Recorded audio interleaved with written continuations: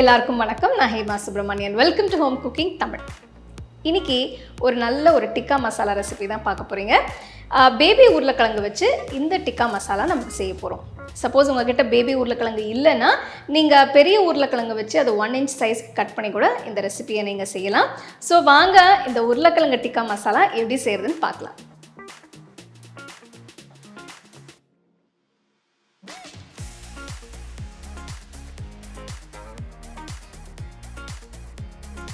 இந்த ரெசிபிக்கு நான் பேபி உருளைக்கிழங்கு யூஸ் பண்ண போகிறேன். இதை நான் முன்னாடியே நல்லா கழுவிட்டு ப்ரெஷர் குக்கரில் வேக வச்சுருக்கேன். இதோட தோலை எடுக்க தேவையில்லை. நான் தோலோட தான் சமைக்க போகிறேன்.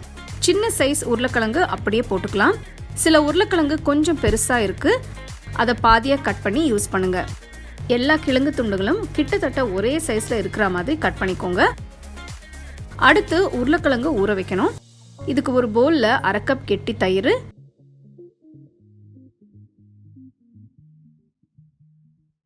2 டேபிள் ஸ்பூன் ஃப்ரெஷ் க்ரீம், இது கடைகளில் கிடைக்கும்.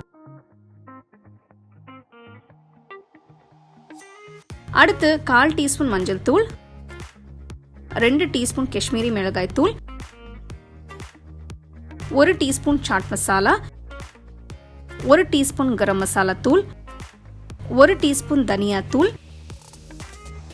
1/4 டீஸ்பூன் ஓமம், 1 டீஸ்பூன் கடலை மாவு, தேவையான அளவு உப்பு, 1 டீஸ்பூன் இஞ்சி பூண்டு விழுது, 1/2 டீஸ்பூன் காலா நமக், இதுவும் பிளாக் சால்ட்னு கிடைக்கும்.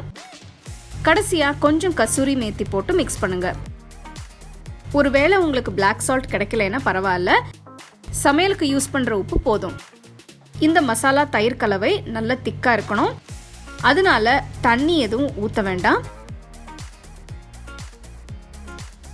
அடுத்து உருளைக்கிழங்கு தயிர் கலவையில் போட்டு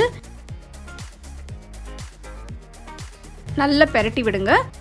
ஒவ்வொரு கிழங்கு துண்டும் மசாலாவில் நல்லா கோட்டாகணும்.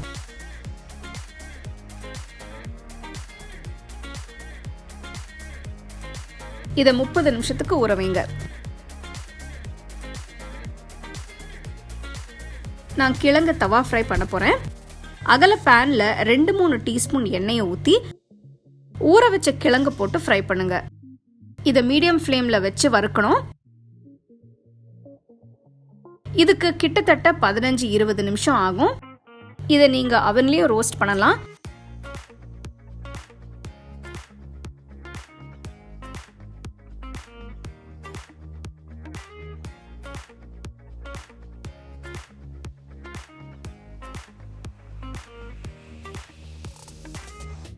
இந்த மாதிரி நல்ல ஒரு கோல்டன் ப்ரௌன் கலர் வர வரைக்கும் வறுக்கணும்.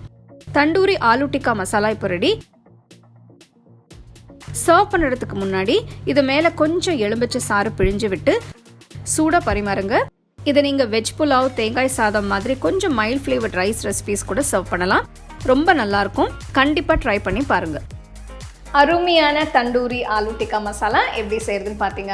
இது வெளியில் நல்லா கிறிஸ்பியாக இருக்கும், உள்ளே நல்லா சாஃப்டாக இருக்கும். ஸோ நான் இது பேன் ஃப்ரை பண்ணியிருக்கேன். நீங்கள் அவனில் வச்சு கிரில் செட்டிங்கில் செய்யலாம், இல்லைனா கிரில் பேன் இருந்தால் அதுலேயும் நீங்கள் வச்சு இதை செய்யலாம். இது நீங்கள் அப்படியே ஸ்டார்டராகவும் சர்வ் பண்ணலாம், இல்லைனா ஏதாவது ஒரு புலாவ் ரைஸ் இல்லை கீ ரைஸ் இந்த மாதிரி மெயின் கோர்சஸ் கூட நீங்கள் சர்வ் பண்ணலாம். ரொம்ப நல்லாயிருக்கும். கண்டிப்பாக இதை நீங்கள் ட்ரை பண்ணி என்ஜாய் பண்ணுங்கள்.